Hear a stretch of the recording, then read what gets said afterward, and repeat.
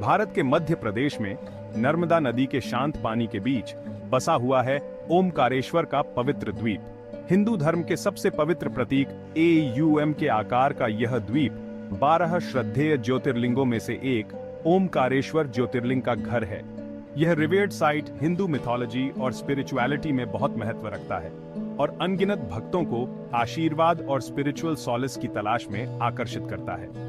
इस द्वीप का यूनिक शेप और ज्योतिर्लिंग की उपस्थिति इसे प्रोफाउंड रिलीजियस इंपॉर्टेंस का स्थान बनाती है। ओमकारेश्वर प्रकृति और डिविनिटी के बीच डीप स्पिरिचुअल कनेक्शन का प्रमाण है, जहां फिजिकल और मेटाफिजिकल रेल्म्स आपस में जुड़ते हैं। यहाँ की हवा एंशिएंट एनर्जी से वाइब्रेट करती है, जो डिवोशन, सैक्रिफाइस और क्रिएशन एंड डिस्ट्रक्शन के इटर्नल डांस की कहानियां कहती है। यह एक ऐसी जगह है जहां फेथ, टाइम और स्पेस की सीमाओं से परे है और सीकर्स को सेल्फ डिस्कवरी और स्पिरिचुअल अवेकनिंग के जर्नी पर जाने के लिए इनवाइट करता है। ओमकारेश्वर ज्योतिर्लिंग की कथा पहाड़ों के राजा विंध्य की कहानी से जुड़ी हुई है।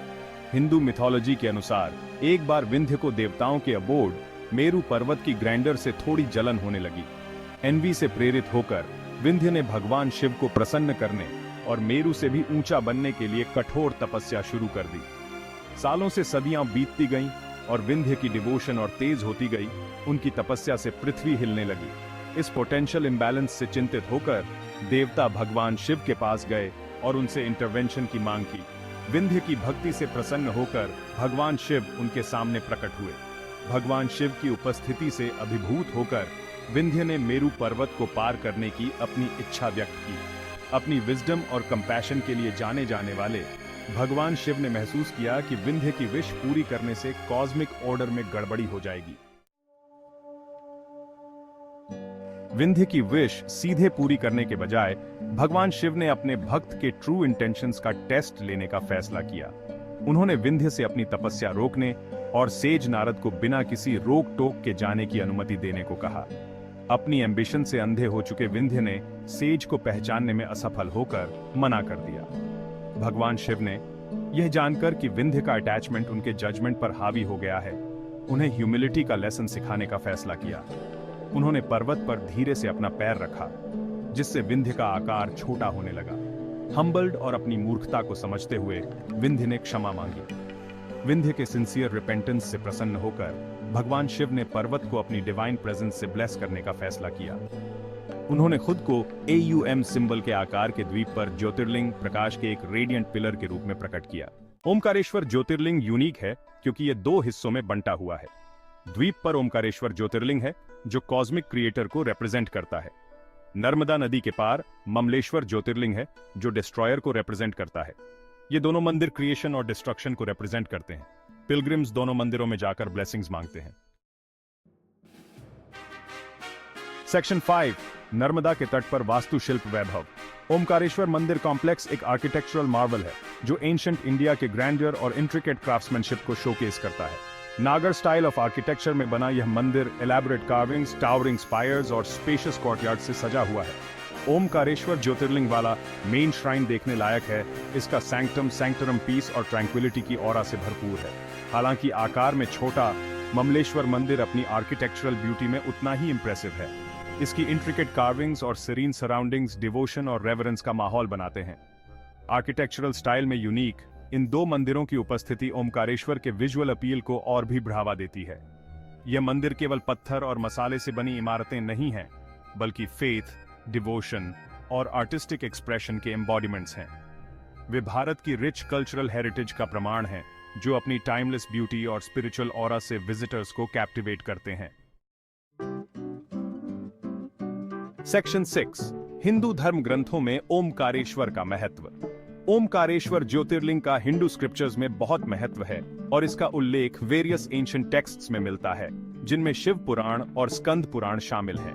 ये टेक्स्ट्स विंध्य की तपस्या और भगवान शिव के प्रकट होने की कथा सुनाते हैं। स्क्रिप्चर्स ओमकारेश्वर के एक सेक्रेड पिलग्रिमेज साइट के रूप में इंपॉर्टेंस पर जोर देते हैं और कहते हैं कि ज्योतिर्लिंग की एक झलक मात्र से ही व्यक्ति के पाप धुल जाते हैं और उसे मोक्ष का आशीर्वाद मिलता है। सेक्शन 7 एक पवित्र संगम नर्मदा और ओमकारेश्वर। नर्मदा नदी जिसे भारत की 7 पवित्र नदियों में से एक माना जाता है, ओमकारेश्वर के स्पिरिचुअल सिग्निफिकेंस में एक क्रूशल रोल निभाती है। माना जाता है कि यह नदी भगवान शिव के पसीने से उत्पन्न हुई थी और इसे इसके प्यूरिफाइंग और लाइफ गिविंग प्रॉपर्टीज के लिए रिवर्ट किया जाता है। ओमकारेश्वर में नर्मदा नदी और भी ज्यादा सिग्निफिकेंस रखती है। ऐसा माना जाता है कि ओमकारेश्वर में नर्मदा के पवित्र जल में डुबकी लगाने से व्यक्ति के पाप धुल जाते हैं और उसे हेल्थ, वेल्थ और प्रॉस्पेरिटी का आशीर्वाद मिलता है।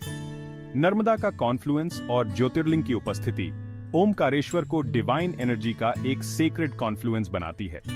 नदी का जेंटल फ्लो और सीरीन सराउंडिंग्स पीस और ट्रैंक्विलिटी का माहौल बनाते हैं और विजिटर्स को पॉज लेने, रिफ्लेक्ट करने और उनके इनर सेल्फ से कनेक्ट होने के लिए इनवाइट करते हैं।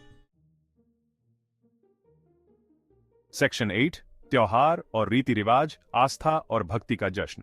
साल भर ओमकारेश्वर वाइब्रेंट त्योहारों और धार्मिक अनुष्ठानों से जीवंत रहता है, जो दूर दूर से भक्तों को आकर्षित करते हैं। यहां मनाए जाने वाले सबसे महत्वपूर्ण त्योहारों में से एक है महाशिवरात्रि, भगवान शिव की महान रात।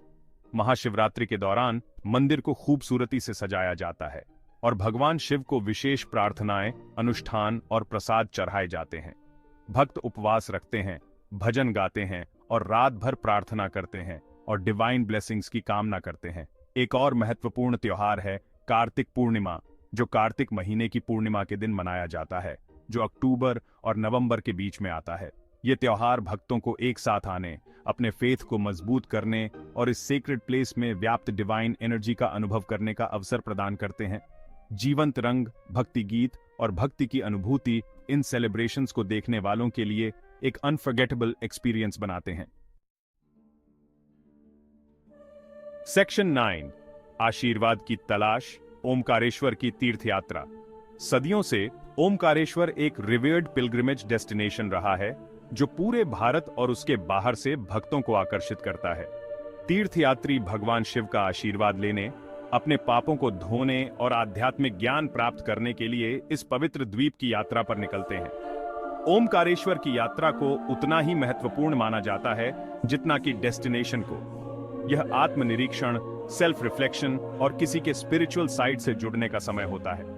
ओमकारेश्वर पहुंचने पर तीर्थयात्री विभिन्न अनुष्ठान करते हैं, जिनमें मंदिर की परिक्रमा करना, प्रार्थना करना और पवित्र नर्मदा नदी में डुबकी लगाना शामिल है। कई भक्त अपनी भक्ति और कृतज्ञता व्यक्त करने के तरीके के रूप में सेवा के कार्य भी करते हैं, जैसे कि मंदिर के परिसर की सफाई करना या जरूरतमंदों को भोजन वितरित करना। सेक्शन 10, ओमकारेश्वर का स्थायी आकर्षण। ओमकारेश्वर का स्थायी आकर्षण मिथोलॉजी, स्पिरिचुअलिटी और नेचुरल ब्यूटी के यूनिक ब्लेंड में निहित है। द्वीप का डिस्टिंक्टिव शेप, रिवर्ड ज्योतिर्लिंग की उपस्थिति, नर्मदा नदी का बहता पानी और मंदिरों का आर्किटेक्चरल ग्रैंडर एक ऐसा एम्बियंस बनाते हैं जो ऑ इंस्पायरिंग और सीरीन दोनों है। ओमकारेश्वर केवल एक रिलीजियस साइट नहीं है, बल्कि एक ऐसी जगह है जहां व्यक्ति अपने भीतर के डिवाइन से जुड़ सकता है और पीस और ट्रैंक्विलिटी का अनुभव कर सकता है जो मंडेन से परे है। यह एक ऐसी जगह है जहां फेथ, नेचर, हिस्ट्री और स्पिरिचुअलिटी के साथ मिलती है और आत्मा के लिए एक सैंक्चुअरी प्रदान करती है। चाहे कोई स्पिरिचुअल सॉलिस, आर्किटेक्चरल मार्वल्स या जीवन की भागम भाग से बस एक ब्रेक की तलाश में हो, ओमकारेश्वर एक यूनिक और अनफॉरगेटेबल एक्सपीरियंस प्रदान करता है। सेक्शन 11, निष्कर्ष, आस्था और देवत्व का एक कालातीत प्रतीक।